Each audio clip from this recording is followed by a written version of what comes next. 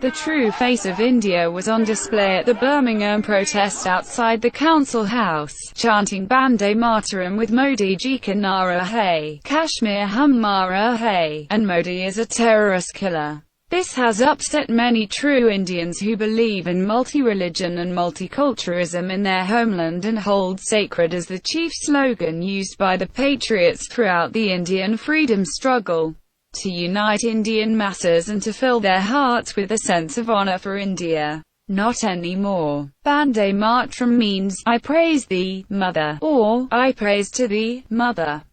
By linking the Bande Mataram with Modi, who is known for his involvement in the 2002 Gujarat Massacre, also known as the 2002 Gujarat violence and the Gujarat progrom. The Chief Minister of Gujarat at that time, Narendra Modi, was accused of initiating and condoning the violence, as were police and government officials who allegedly directed the rioters and gave lists of Muslim-owned properties to them. The pro-India protesters endorsed and approved what is happening in occupied Kashmir. India is playing into the hands of far-right neo-Nazi ideology with the slogan Modi is terrorist killer, implying the non-Hindu religious minorities in Indian-occupied territories are terrorist and their genocide is justified. This would put any person with a heart or care for humanity to shame. Lok Sabha MP, Sri Shashi Tharoor talks about the BJP government's unconstitutional actions in Jammu and Kashmir. 30 days ago, Kashmir was literally plunged into darkness, as people were essentially shut up in their homes, politicians were arrested or detained, and we found a situation with no telephone lines, no internet communication, no colleges, no schools, no examinations.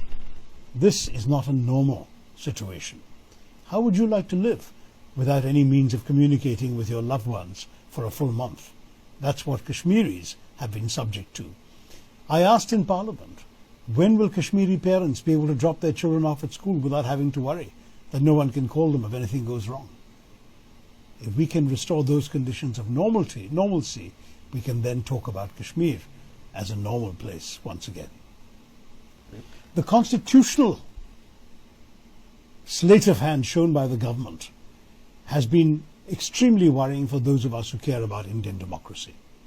They've essentially changed the status of a state while its legislature is suspended. The governor of the state takes upon himself the right to decide in the absence of the state legislature. So a governor appointed by the centre decides what the centre wants to do is okay. The rights of the legislature to respect the wishes and aspirations of the people of Kashmir are suddenly transferred to a parliament where the BJP has a majority and where there are only 4 Kashmiri MPs currently, of whom 1 was under house arrest in Srinagar.